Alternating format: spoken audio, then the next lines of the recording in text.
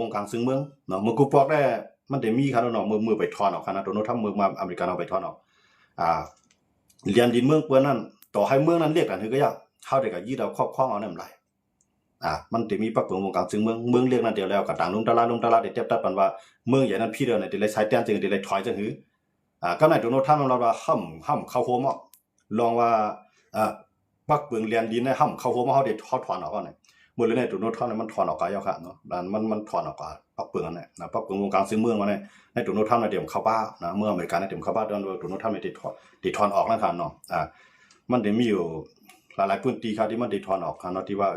เกี่ยวข้องลองปักเปิงวงการซึ่งเมืองในเพราะมันมีปัญหามากเขาหลุดกี้กำเดียวก็เขาหลุดกี้เกาหลีเขาว่าเนี่ย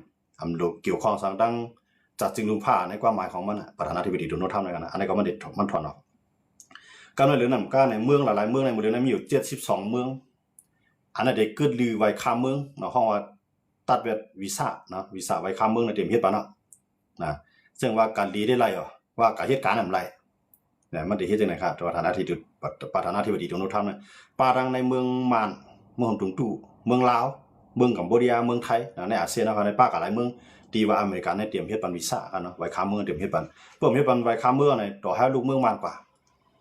าในเมืองอเมริกันนะเพราะว่าการลีได้ไรว่าการท่องเที่ยวได้คำหามก็การเหตุการณ์อะไรครับเนี่ยมันเฮ็ดจังได๋ครับโดนัลด์ทรัมป์เนี่ยพวกมันเฮ็ดจังได๋อะไรก็ในเพราะว่ามันตัดแบบไว้ข้ามเมืองเนี่ยตำรวจในเมืองอเมริกันนั่นก็ได้ยอบอะไรก็ในคนเมืองหลายกว่าเมืองนั้นนะมันจึงว่าคนเมืองไทยกว่ากับเหตุการณ์ตัดแบบไว้ข้ามเมืองจังเฮ็ดใจลอกลายในครับในโดนัลด์ทรัมป์เนี่ยจังว่ามื้อนั้นประธานาธิบดีโดนัลด์ทรัมป์เนี่ยมันปืนห้องมันเป็นก้นหย่องมันตั้งกำผานะหย่องว่าก็กับเปิ้นอันเปิ้นเมืองดอกเมืองได้เปิ้นทัดลานก่อนเป็นก้นเมืองแบบผายทัดทองการเมืองเขาได้เปิ้นคนใครเนี่ยเป็นก้นหย่องเนาะซึ่งอันนี้ตรงหลีมันก็บ่ครับมื้อนั้นนะตรงเปิ้นก็หลีเมืองว่าในซ้ำภาพว่าลองหลีได้ก็กับเหตุการณ์เมืองมันนั่นปานนะเพราะว่าอเมริกันเฮ็ดจังได๋มันเป็นปีใหญ่ไว้ในออนเปิ้นเฮ็ดจังได๋วันดังๆมาเมืองไหนก็ดีหันสุนตัวหมดนะครับนะมื้อนี้เฮาค้ามาด้วยในเมืองไทยก็เฮาก็อยู่ตัวอย่างในเมืองไทยในเมืองไทยเนี่ยก็มีมาพองเนาะลองว่าดีสารคัดคนเขาเมืองในคั่นนะเขาก็มีมาพองก็กับว่าเมืองไทยเนี่ยมันตึกเป็นเมืองอันลูกคนเหตุการณ์นำเนี่ยเขาตึกเข้าไปจังนั้นแกสังเกตว่าวันนึงว่าเมืองไทยเนี่ยเขาขึ้นใหญ่มากนะเขาได้ตัดนะคนเขามาเหตุการณ์ในเมืองในเขาได้ตัดไปละเขาลูกคนในเมืองเขาเหตุการณ์ของเขาขึ้นให้คนในเมืองเขามีการมีงานมีเงินเขาก็ได้จังนั้นครับเนาะว่าโดนัลด์ทรัมป์เฮ็ดไรจังนั้นเนาะเมืองเล็กเมืองล็อกจังนั้นก็บนก็ได้เยื้องจังนั้นมันได้เป็นจังนั้นจังว่าประธานาธิบดีโดนัลด์ทรัมป์เนี่ยเป็นตัวอย่างตัวแตกติ่มดีครับเป็นตัวแตกติ่มดีว่าเนี่ยมันเย็นเปลี่ยนก้นหันส่วนตัวไปครับเนาะมันก็บอกได้ประธานาเมืองอเมริกันเขาในเขาได้เมืองหลายมีปังตึกกันแน่เขามีเพจังหือบ่มีปังตึกกันในก้นอันถูกเป้กินอันถูกเตียงนั่นเมื่ออเมริกันเขาได้มีเงินเขาว่าเงินกระชาติครับเนาะเงินตาได้โฮมเอาหลายๆเมืองไผมีเจตนาไผมีศรัทธามารู้ไว้มาจอยไว้กำแถมไว้เดี๋ยวกับจอยเมืองคนผ่านที่ไหนมือกูปอกเมื่ออเมริกันได้มีจังนั้นครับมือตุนทำไปขึ้นมากครับเนาะมือโจไบเดนเขาในปาราโอบามาเขาในจอร์จ W. บุชเนี่ยหลายๆพายครับเนาะฮินิลิคินด้านเนี่ยเนาะหลายๆพายครับนะอันเป็นประธานาธิบดีทั้งหลายฉะนั้นเขาได้มีครับเมืองไหนมันมียามเมากรรมนะเมื่อไหนเงินกองตื้นแต่ได้เพียวยามเมากรรมในอเมริกันเขาได้จอยมากกว่านึงเมืองอันแต่ได้ก้นห้อ NGO เนาะแต่ได้ด้วยถึงศูนย์เป็นก้นอเมริกันก็ได้มีเงินกว่านึงเลยจอยบันที่ไหนกำไรก้นเมืองไหนมีบางตึกบางเยื่อก้นปลายเพอเมริกันได้จอยบันก้นปลายเพหาเงินกองนึงมาจอยบันก้นปลายเพมาเลี้ยงดูบันว่าเขานำหาบันเงินจ่ายในปลายปิญญามันจึงว่าบ่มีบางตึกปลายเพบางตึกบางยี่ปลายเพการเมืองมาจังไหนมันจังเฮ็ดจังสอนในอเมริกาได้มีกวนเงินกวนนึงเขาเป็นอ่อนหูน้ำนายก็มาเขาได้ตั้งเงินกองทุนของเงินกระชาตินะครับเนาะการเงินกองทุนแต่ได้จอยก้นเมืองกอดผ่านในเมืองทั่วเพในกูจึงร้องหาเนาะเขาได้มีเงินก่อนนั้น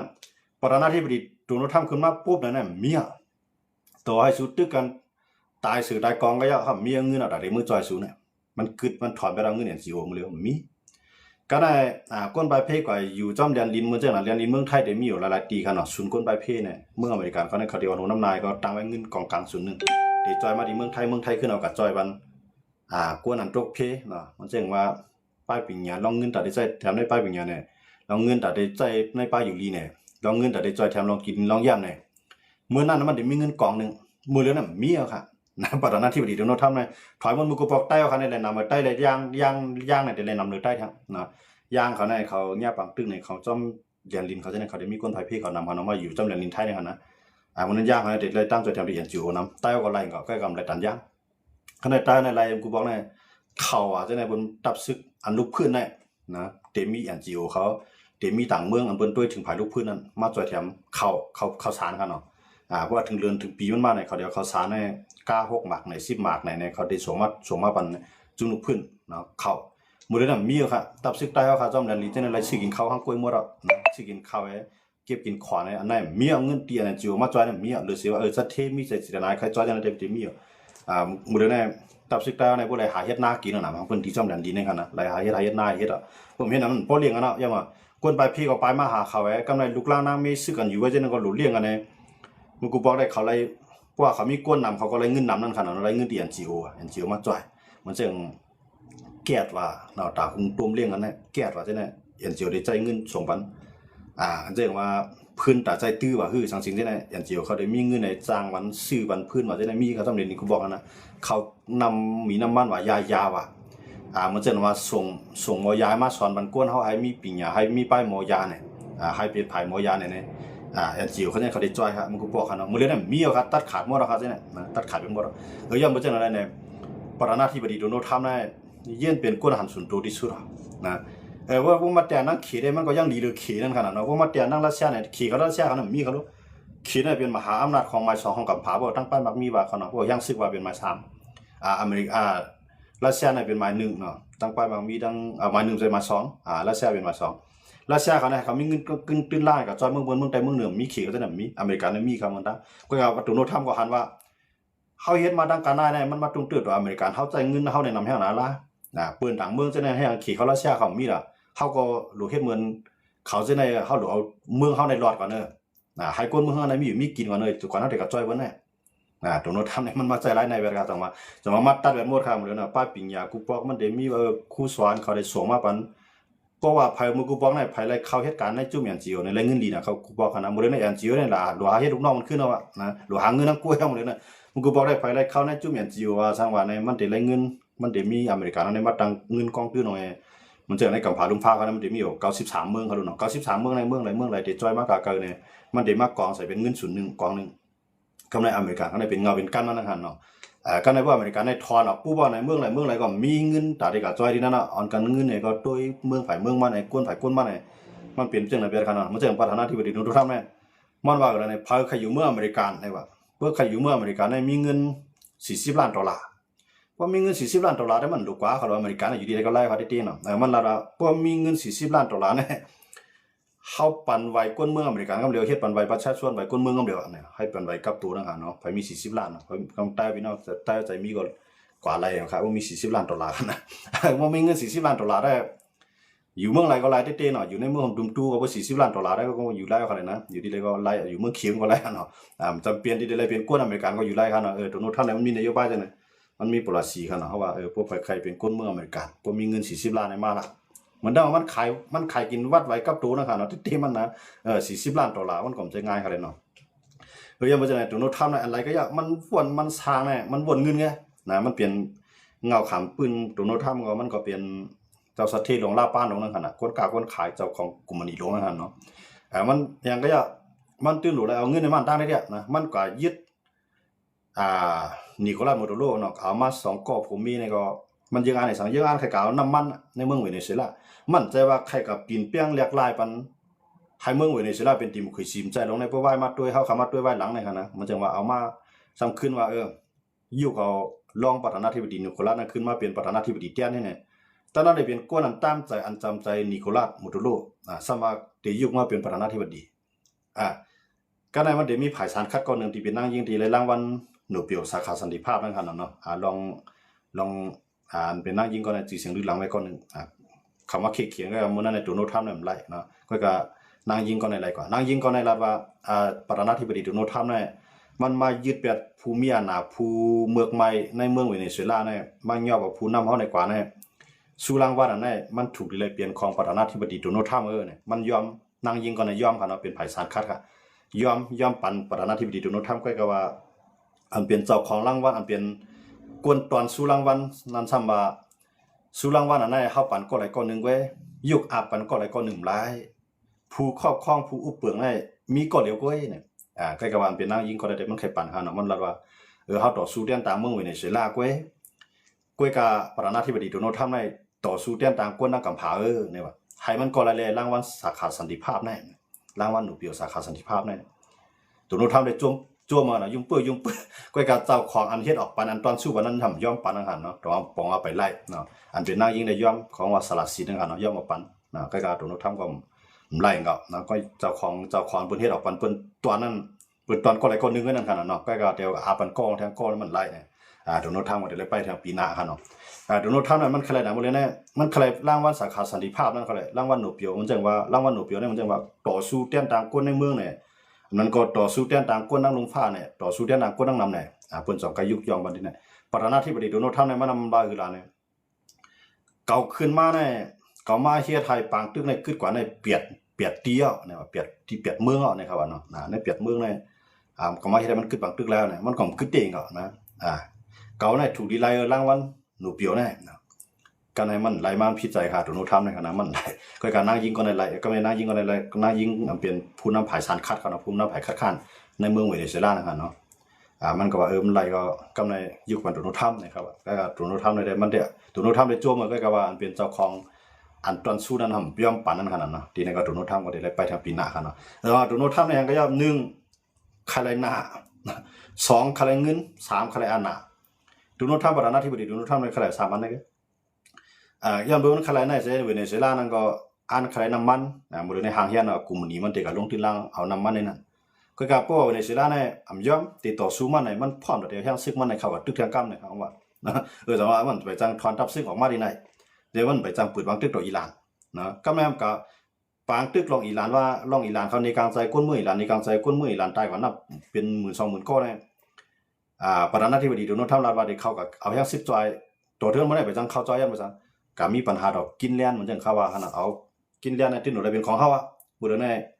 เอาเคียงกันซึกไปทำภายกันน่ะเนาะอิหร่านเนี่ยมันใจว่ามันเคียงกับอิหร่านเนี่ยก็เคียงกับมันทางเฮียในหมดเราทั้งอิหร่านเนี่ยก็นะแค่คือตึกเนี่ยคือลำน้ำเนี่ยเครื่องบินตึกเนี่ยย่างซึกเนี่ยทางเฮียในหมดเราแต่เด็กเขาซิมด้วยอันขับภายทัศสร้างการเมืองเขาละลายภายได้เขาทัศสร้างว่าโดนัลด์ทรัมป์ในเรียบเตรียมใจย่างซึกตั้งนำตั้งหลายเขาตึกอิหร่านเรียบเตเอาแห่งซึกตัวตันมันสิเลยเข้ากับยอบ่เหมือนจังนั้นนิโคลัสโมดูโรผู้นำเวเนซุเอลานั่นกันเนาะเรียบเตเป็นจังนั้นในนำเลยเสติใจแห่งซึกเข้าในกันเนาะก็กับอิสราเอลซ้ำทุกย้อนไทยอเมริกันในใจแห่งซึกในเข้าเพราะแห่งซึกเข้าในมันเดเรียกลายในนำเลยเสกับยอบ่ผู้นำไม่เหลียวไว้นะครับเพราะยอผู้นำไม่เหลียวเพราะซึกกันในซึกอเมริกาซึกอิหร่านเขาในเขามีอยู่2มิล2มิลเนี่ยมาถึงแถวมิลนึงในซึกเกียรติเคจึงเมืองอิหร่านแถวมิลนึงในซึกได้เกียรติเคผู้นำศาสนานะผู้นำศาสนาในปกติกันเอาเห็นมาใครง่ายปะโอ้พี่น้องปะโอ้เขากุยเลี้ยงเขาอยู่เนาะกุยเลี้ยงเนี่ยเขากุยเลี้ยงในอันนั้นได้ยุคนี้ตัวเตียอีได้เนาะ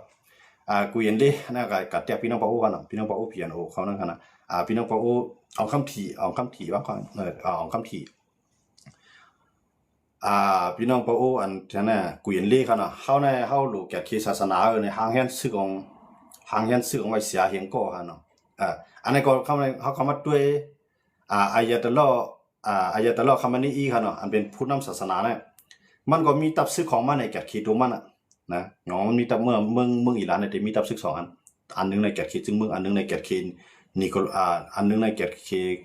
คามานาอีค่ะเนาะอายะตะลอคามานาอีนะบ่มาแตกเนาะง่ายๆกุยนเลีก็กว่านิกปาเนาะค่ะเนาะอันนั้นคำว่าแตกกันนี่ก็ก็จะมาจากนะว่าโดนัลด์ทรัมป์ได้เนี่ยมันไปจังเข้าตึกเมืองอิหร่านยาวก็ไปจังเข้าตึกเวเนซุเอลาติตึกอย่างเชิงตึกอย่างตามตัวเนาะกำไรแทงต่างนึงเอาย่างซึ่งกับเคียงมันไปเอากับเคียงตั้งแต่มันลาดว่าติใจย่างซึกเนี่ยมันลาดว่าติใจก็กำไรยุโรปก็ส่งย่างซึกเข้ามาไปไว้ที่กินแลนด์เนาะสังว่าอเมริกันเนี่ยเอาย่างซึกเข้ากับซิมผู้นำกินแลนด์ก็ยึดกุนกินแลนด์มาเนี่ยติก็ย่าใส่ซึกยุโรปนะยุโรปเขานาโตเขานั่นกันเนาะติดตึกอเมริกายัดว่าเขาได้กำลังใจของประธานาธิบดีของเดนมาร์กในปักเปิงล่างเมืองเขานะเขามีไว้ว่าเมืองหลายเสียมว่าพอมายึดเมืองเฮาในมาหลายๆก็ย่อเฮาได้ละยื่นต้า2ไกทำกำเลือนนะบอกว่ายื้อยาว2ไกทำมันเป็นรองอีสังเกิดขึ้นนะครับเนาะจังว่ายื่นตั้งกันในเขาลาในปักเปิงล่างเมืองเขามีไว้จังนั้นแต่ว่าประธานาธิบดีของเดนมาร์กก็ออกมาปืนเผาว่าเพราะว่าอเมริกันมาซิมได้เฮากับมีตั้งเลิกเข้าได้ละยื่นต้า2ไกกี่กันกำเลือนน่ะแต่ว่านั่นแหละผมว่า ก็ในโดนัลด์ทรัมป์เนี่ยว่าปีนึงมากก็ยังสื่อมไรอุบมไรการซึกนั้นทำเปลี่ยนตั้งเลือกนะบอกว่าที่จะยังสื่อซิมาเพื่อจะยังสื่อซิมาก็นี่นอนเอาเลยมังตั้งยุโรปว่ายันเบอร์ฝรั่งเศสเขาอเมริกาฝรั่งเศสเขาเยอรมันเขาย่อนะมือในฝรั่งเศสเยอรมันในส่งยังซึกเข้ามาที่ไหนมาที่กินเลี้ยนนอนบอกว่าโดนัลด์ทรัมป์เนี่ยมันไปเอายังซึกมันกว่าก็ใกล้กับว่ามันเอาปล่อยตัวเตี้ยนมันกว่านะปล่อยป้องตางนอกเมืองมันกว่าปล่อยตัวเตี้ยนมันกว่ากับอุบก็เปลี่ยนการครับนะเปลี่ยนการก็เรียกว่าอุปกรณ์บอกจูมองขนมเปลี่ยนการพวกเปลี่ยนการก็โดนัลด์ทรัมป์ก็อันเปลี่ยนตัวเตี้ยนโดนัลด์ทรัมป์ขนมก็เลยว่าเขาหลุดไรก่อกินเลี้ยนนะแกเขารัดได้หลายเขาหลุดไรก่อกินเลี้ยนก็ในภายนาโต้เขาภายยุโรปเขาได้เขาย่อมค่ะย่อมจริงคำย่อมมันก่อกินเลี้ยนก็กว่าโดนัลด์ทรัมป์ประธานาธิบดีโดนัลด์ทรัมป์นั้นก็ผู้นำเมืองอเมริกันในใครมาตั้งตับซึกที่กุนกินเลี้ยนในก็เข้ายินดีปันตั้งที่ให้มันยิ่งใหญ่แต่นึงก็เข้าย่อมปันอันบัดที่มาตั้งเหตุกลางตั้งอันเครื่องเหตุกลางตั้งกลางเฮาอันประธานาธิบดีโดนัลด์ทรัมป์เดี๋ยวมาตั้งนั้นก็เข้ายินดีปันตั้งก็ในสังเกตอันประธานาธิบดีโดนัลด์ทรัมป์ลาว่ามีเขตรัสเซียในมาปนเปลี่ยนเพียดมาจอมหิมก่อกินเลี้ยนในตีใจเต็มใจเตะเฮาได้ส่งแห่งซื้อเข้ากับด้วยสังว่าใจเตะเฮาได้เกลียดเขตรัสเซียก้อยกะเตรียมย่อมยุกก่อกินเลี้ยนในกุนกินเลี้ยนในปันอเมริกันเขาย่อมเตะว่าขนาดเตะนะก็คำย่อมมีเหลียวในคำย่อมปันให้เอากุนกินเลี้ยนในปันอเมริกันอุปเปิงเลยเดนมาร์กเขาเนาะยุโรปเขานาโต้ก็ในเขาย่อมต่ออเมริกันในย่อมเตะเขาย่อมมาอย่างให้อเมริกันมาตั้งทัพซึกในเมืองเขาปานเอาขนาดนะใครตั้งทัพซึกควักใครมันใหญ่ทางด้านที่ก็เขายินดีอุบกันไล่นะก้อยกะอย่าไปมาซื้อเมืองเขาย่าก็อย่าไปมายึดเมืองเขาในแก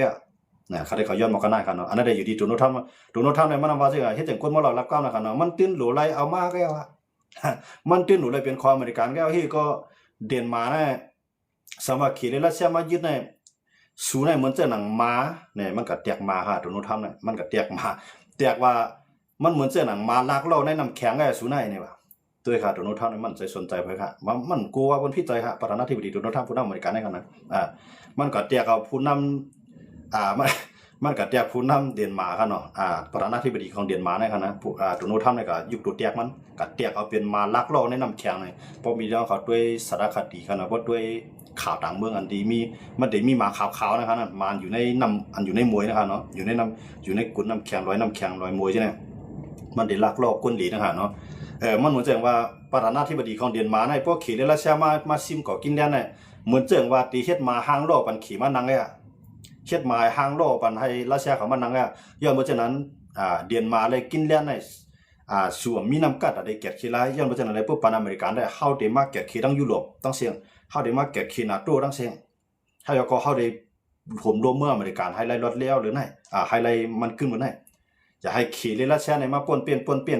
พิษมาอยู่แถวไหนจอมหิมห้อมไหนเนี่ยโดนัลด์ทรัมป์เนี่ยเอาลองรัสเซียเลยขี่ในมาลาที่ค่ะนะมันอ่านเอาให้ไรนั่นนะเรื่องอะไรมันอะไรนั่นนะพวกมันไรที่ไหนได้มันก็บอกว่าอเมริกันได้ยิงใหญ่ที่นะครับเนาะกุนปังลายใหญ่ที่สุดในลุมผ้าเนี่ยพวกใหญ่ที่สุดในลุมผ้าเนี่ยเอากุนปังลายอันมันก่อสิงคโปร์เขาเนาะกุนสิงคโปร์ได้ขี่เขาห้องว่ากอดเตี้ยวยุ้ยเนาะอันเป็นของเกี่ยวปันในขี่หิมันมาหลาย10 ปีค่ะนะมือเลยเนี่ยเกี่ยวปันก็ว่าเป็นของเกี่ยวปันขี่ก็เป็นของขี่หิมันมาหลาย10 ปีค่ะก็ในกุนไต้หวันนะกุนไต้หวันก่อไต้หวันกุนไต้หวันนะครับเนาะอันนี้ก็ขี่ก็อ่านเอาดิก็กำไปจังเอา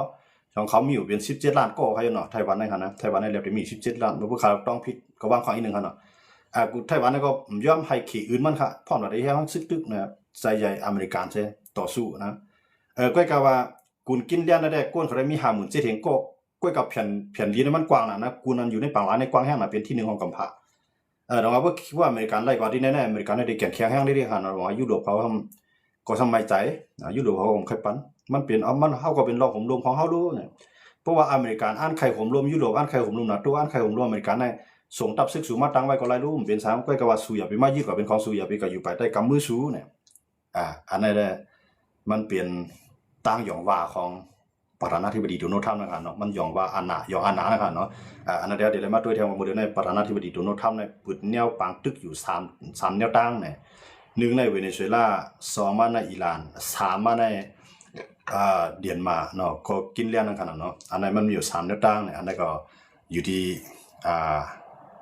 โดนัลด์ทรัมป์ได้ครึ่งหลายๆที่เฮ็ดจังหือที่ยอมเตียกออกในนาโต้เลย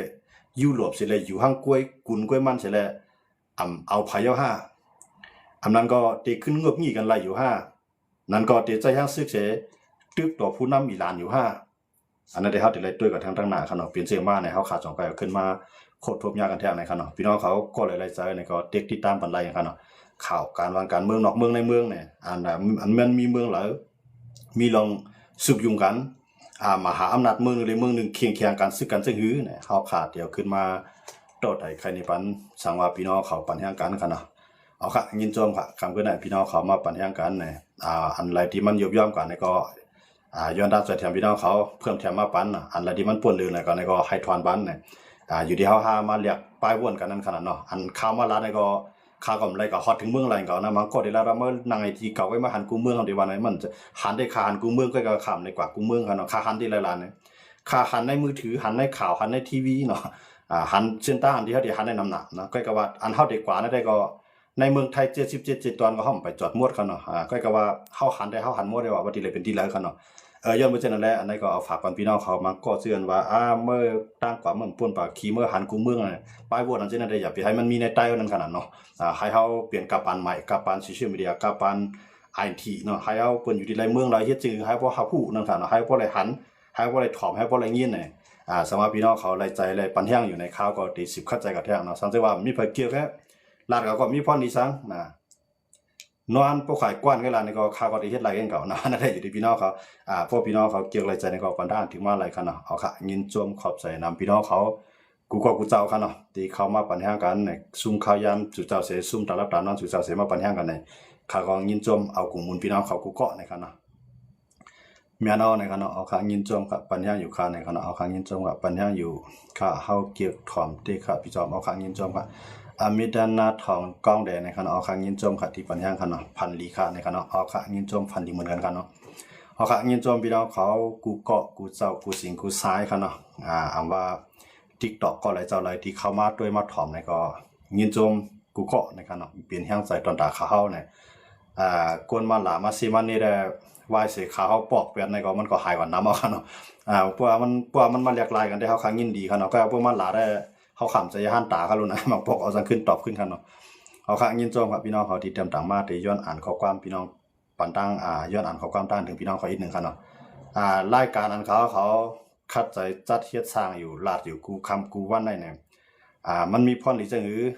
นั่นก็มันมีลองตั้งไรถอมไรงี้เนี่ยเสียงเลี้ยงเสียงเหื่อมเสียงเลี้ยงเสียงอะไรก็ปันตั้งหันถึงมาไรครับเนาะลาวคารูนะครับลองลาวได้ก็มีลองหางแฮนซึกก็มายันไว้ที่เลียนดินกัมพูชายันเบอร์กัมพูชาเนี่ยเรียบได้ไข่ขี้มาแผ่นดินลาวมังสุนเนาะอันนั้นได้ลาวได้กัมพูชาได้เคียงกันไว้อยู่ใกล้กับว่ามีลองปังตึ้งก็ย่านลาวก็หางแฮนซึกมาไว้ตั้งนำนั้นขนาดเนาะปัญญาใจจอมอยู่ข้างในขนาดเอาข้างยินโจมค่ะยินโจมพี่น้องเขากลัวขนาดพวกพี่น้องเขาติดตามไว้ขนาดข่าวนอกเมืองเนี่ยมาเมืองอะไรก็อย่ามาถึงอาเซียนเอเชียนะพวกเอเชียก็ได้เป็นเกี่ยวปานเขาขี่เขาอินเดียเขานะขนาดเอเชียขนาดเกาหลีใต้เขาใช่ไหมครับเนาะเกาหลีเหนือเขาใช่ไหมครับในเดือนเอเชียพวกอาเซียนในก็จะมีฟิลิปปินส์ในมานในลาวในเนาะกัมพูชาในไทยในบรูไนในติมอร์ในที่ไหนครับเนาะมันจะมีจะมีความใช่ไหมครับเนาะเวียดนามในที่ไหนนะครับเนาะมันจะมีอยู่สิงคโปร์มาเลย์ว่าอินโดที่ไหนเนาะมันจะมีอยู่ม็อกซิปมีอยู่11เมืองนะครับเนาะมันจะมีอาเซียนยาวกว่าเอเชียยาวกว่ายุโรปครับเนาะมันจะมีในลุมฟ้าครับมันจะมีอยู่หลายผายครับเนาะมังปอกซ้ำยุกยองเมืองอยู่แอดอันเขายุกยองผู้นำเมืองอเมริกันในเขายุกยองซึ่งหลานในพี่น้องเขาลาดมากขนาดพี่น้องเขาได้บอกว่าเป็นแฟนขับตัวยงเขาเนี่ยนะบอกว่าติดตามตัวมาเขาขลาดทางในขนาดต้องไรขนาดขาดได้ขึ้นซับย่างอีกหนึ่งขนาดอันเขายุกยองผู้นำอเมริกันในเขายุกยองซึ่งเนี่ยพวกมันเจ็ดตาดาวเนี่ยมันเฮ็ดกำเดียวพวกมันเจ็ดตาปุ๊บเนี่ยมันเฮ็ดเหมือนเจอมันเดี๋ยวมันบังผู้นำอีหลานเนี่ยมันมาบังกล้ามเอาเขาแล้วใจเครื่องบินในปากเศร้าฮาลัมนะเอาเครื่องบินB2หลายลำยาก็เอาเครื่องบินอย่างนั้นF-35อันนี้ก็หลายลำค่ะมาบังค่ะเนาะอันใครเกี่ยวตัวโน้ตทำนะครับเกี่ยวจังเปิ้นวางก็มันชวนมันเพื่อมันหลุดได้มังมันกับมังค่ะเนาะอันเฮาเกี่ยวได้เกี่ยวจังไหนก็การทำเกี่ยวมันลายเฮ็ดของมันแนวจังล่ะเนี่ยโอ้ยดีก็มันเอาเป็นผู้เขียนได้เนี่ยโอ้ยดีก็มันพร้อมได้ฮักหลังจังไหนอันนี้ทำเกี่ยวนะในผู้นำหนึ่งก็ในเฮาได้เกี่ยวลายเฮ็ดมันในมันสิว่าติเลยเกี่ยวไปทั้งหมดค่ะนะในเฮาก็ซับแรงมันพี่น้องเขาเกิดถามว่าเฮาได้การว่าเฮายุกยองผู้นำหนึ่งก็ในเฮาได้หันรีเวนหมดได้มันเปลี่ยนไรค่ะเนาะอันนี้ก็ได้ซับแรงพี่น้องเหมือนจังว่าพี่น้องเขาปัญหาตับซึกโคลายพวกห่ำพัฒสารดับซิโคลาในห่ำใจก้นปัญหาเขาวางเมียวเนี่ย เขาเฮ็ดผิดก็หัดลาดบ่ได้จึงเขาจังผิดกว่าได้ดิเพราะหัดลาดได้บ่ว่าเขาหัดลาดเขาหัดซี่เขาหัดวนมีเขาเนี่ยอำได้หมายถึงว่าเขาปัญญาเขาถึงปัญญาครับอันนี้เขาอยู่ในเตียงกันเนาะอันจะปัญญาในมันก็เฮ็ดถ้าเฮ็ดผิดอันนี้ก็ดีก้นปัญญาซึกวันให้ปังยามาบ่เตรียมเสียงยาลำบ่เตรียมเสียงกุยกูห้องปังต่อปังร้องมีกุฏ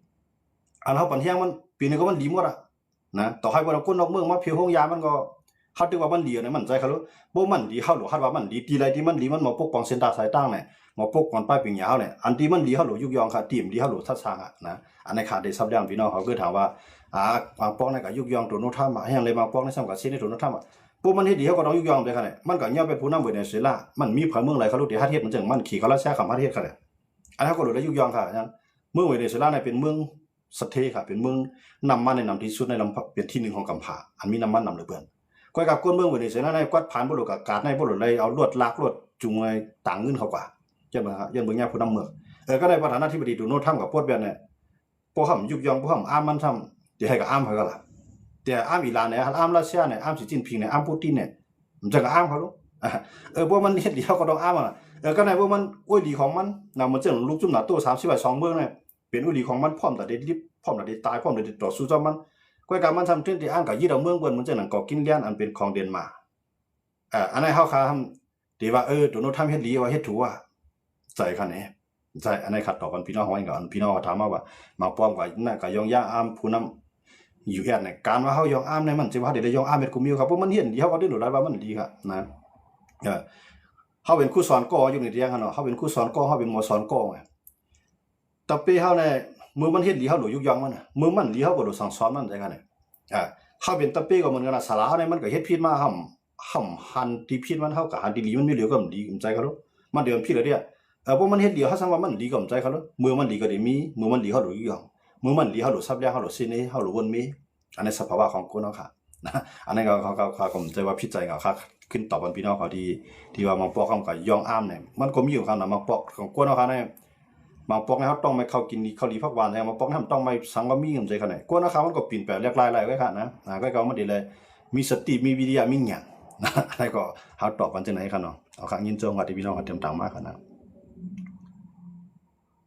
tinya pada tin le aku นะครับเอาค่ะคำคืนได้ก็เกี่ยวกับไปลองปังในกลางใจเมืองอิหร่านแล้วก็เกี่ยวกับลองอเมริกันเคียงการซึกเนาะหลายภายกันเนาะพวกพี่น้องเขาใครฮู้อันคาราสามารถคำในคารา1ชั่วโมงขึ้นกับติดตามบันใน YouTube ก็หลาย Facebook ก็หลายกันเนาะเขาเอาตังไว้บันอยู่พวกม่ามตั้งคิดกันเนาะอันนี้ก็ฝากปันพี่น้องเขากับปันย่างอันที่1กันเนาะเอาค่ะยินจมค่ะพี่น้องเขาเตรียมต่างมากกันเนาะไม่สูงค่าในกันเนาะเอาค่ะไม่สูงค่าก่อนคำปังลงในกันเนาะเอาค่ะยินจมค่ะที่พี่น้องเขาเตรียมต่างมากค่ะเนาะเพราะว่ามีพยเตรียมต่างมากเขาก็ได้ย้อนคือลีดีในเสพอมีติดตามมีข้าวยามเขาขาดจ่อยขึ้นมาครบยากกันแท่งในค่ะเนาะไม่สูงพี่น้องเขากูจะอันพี่น้องเขาเตรียมต่างมาให้มาปอกขาขึ้นซับแรงกว่าแล้วก็ขึ้นตอบกันใช่ไหมอย่าไปพิจัยค่ะเนาะเพราะว่าหลากหลายป้ายบวนกันเนาะใจจอมดาสังคาต้องไว้หมดนะครับเอาคางยินจมค่ะเนาะอันมันกวนเอาค่ะนั่นแหละมือผิดก็ได้มีมือถูกก็ได้ป้านะครับเนาะใกล้กับว่าอันผิดได้นำเรือนถูกอันถูกได้นำเรือนผิดอันนั้นก็มันอยู่ที่เฮาว่าเต็บตาเราเนาะทัศสางนั่นขนาดเนาะกวนเอาค่ะนั่นได้มันก็มันมีสังขารที่มันย่อมๆกันเนาะมันก็มีลองย่อมๆกันตั้งนำกันเนาะไม่ซุ้มค่าในกันเนาะเอาครับไม่ซุ้มมันกันเนาะท้องนะครับเอาค่ะยินจมค่ะที่พี่น้องเขาอันพี่น้องเขาว่าใจจอมราสังต้องบ่นั่นได้เลยว่าพี่น้องเขาเป็นแฟนคลับตัวยงแฟนคลับตัวตีมันปัญหากันมากก็ยินจมด้วยกั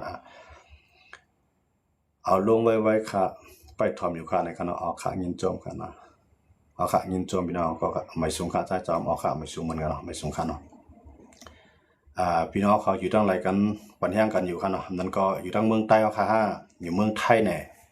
ในก็พี่น้องเขาปอแรงมาวันนี้นึงค่ะเนาะตั้งเมืองใต้เอาสองแรงมันแจงแรงดีเนี่ยสังเกตว่าอยู่ทั้งเมืองใต้เสร็จด้วยค่ะเนาะพออยู่ทั้งเมืองไทยเสร็จด้วยได้แน่นอนว่าเลี้ยงมันตื่นเขี้ยวนั่นค่ะเนาะเมืองไทยค่ะนะปัญหาอยู่ค่ะวิจัยจอมรัดปนำค่าในค่ะเนาะออกค่ะยินจงค่ะยินจงว่าย้อนว่าพี่น้องเขาปัญหาเลยจองกันมีทั้งใจทั้งค่ะเนาะออกค่ะไม่สูงค่ะในค่ะเนาะไม่สูงค่ะในปุ่นแข็งในค่ะเนาะออกค่ะยินจงค่ะอันนี้ได้ว่าปัญหากันมาตัดสินค่ะเนาะเอาลงคำในจองไรค่ะนะครับออกค่ะบางปอกเนี่ยมันหลุดออกมามันเครื่องหนาค่ะนะใน TikTok เนี่ยมันเหมือน Facebook ครับพี่น้องครับว่าใน Facebook เลยเขาเอาดาวน์โหลดกั้มเนี่ยมันออกมาอะไรใจขยำออกหานาทียาวค่ะเนาะใกล้กับว่าใน TikTok เนี่ยเอาพวกเนี่ย เขาแค่ลงค่ะเพราะว่ารัดปุ๊บเนี่ยเขาก็ใครตัดเอาลงเดี๋ยวก็มันดาวน์โหลดออกมาต่อเดียวออกแล้วเนี่ยหมุนติ้วเนี่ยเขาเอามันประมวลผลมันนานอ่ะครับทิกตอกเนี่ยครับมาพวกเขาเลยกล้าไม่ก็มาพวกในใจดาวน์โหลดไว้คำในดังคำในผูกสองกันไรก็มีค่ะเนาะอันนั้นมันจังเต็บตัดตายตัวเลยนั่นขนาดเนาะอันนี้ก็ย้อนฝากก่อนพี่น้องเขาอีกหนึ่งค่ะเนาะไทยกันในอาเป้ในเดในคณะเอาค่ะอยู่เมืองไทยเสบันย่างอยู่ในคณะค่ะยินจมค่ะทางยูเคียนค่ะดูนะครับเอาค่ะยูเคียนในต่างคำเขากระจายขึ้นมาครบทุกอย่างทางคณะเป็นที่ค่ะจะจำข่าวเมืองห้าค่ะเนาะจะจำเอาค่ะยินจมค่ะเนาะอยู่อยุธยาค่ะในคณะเอาค่ะยินจมค่ะที่พี่น้องเขาอยู่ทั้งเมืองไทยในติดนำเลยทั้งเมืองใต้ค่ะเนาะทั้งเมืองใต้ค่ะในพอวันนอกหน้าป่าเส้นได้มันจังต้วยค่ะลองเนียดมันหมุนติ้วค่ะเนาะมาปอกพวกกับต้วยก็ตั้งวันนอกหน้าป่าในพวกต้วยกำลังการเมืองในมันเมียนจอมซึกเถื่อนซึกป่าเขาค่ะรู้นะเวลาการเมืองเขานะติดถอมก็เลยเผาข่มกุมหวยถอมก็มีครับเมืองเขานะคำนำแนมที่มันต้องปอนเมืองไทยเนี่ยนี่ครับเนาะเบิ่นตั้งเมืองขี่ก็ได้ไล่ไว้กับเขาเนาะตั้ง TikTok นะครับนะ TikTok นั่นก็เป็นของเมืองขี่เขาดูเนาะเอาค่ะคำขึ้นในก็ยินโจมเหมือนกันค่ะเนาะอยู่เกี้ยงใหม่ปัญหาอยู่ค่ะในคณะเอาค่ะยินโจมค่ะเอาค่ะยินโจมพี่น้องเขากูก็กูจะอ่านเตรียมต่างมาให้และอ่านปันกว่าก็เขียนทหารใจบันทึกคำเนาะอ่านไปแล้วอ่านสิได้อันไปด้านใดอ่านปันในก็ให้ปองใจวันสิกรรมในค่ะเนาะดีทำด้วยครับพวกไปเลยถอมข้าไปนอนค่ะในค่ะเนาะเอาค่ะยินโจมค่ะที่ปันแห้งกันค่ะเนาะปันแห้งกันนั่นแหละว่าเป็นแห้งใจลองใหญ่ค่ะเนาะเอาค่ะยินโจมพี่น้องเขากูก็กูเจ้าในค่ะเนาะไม่สูงวันสิกรรมค่ะไม่สูงค่ะ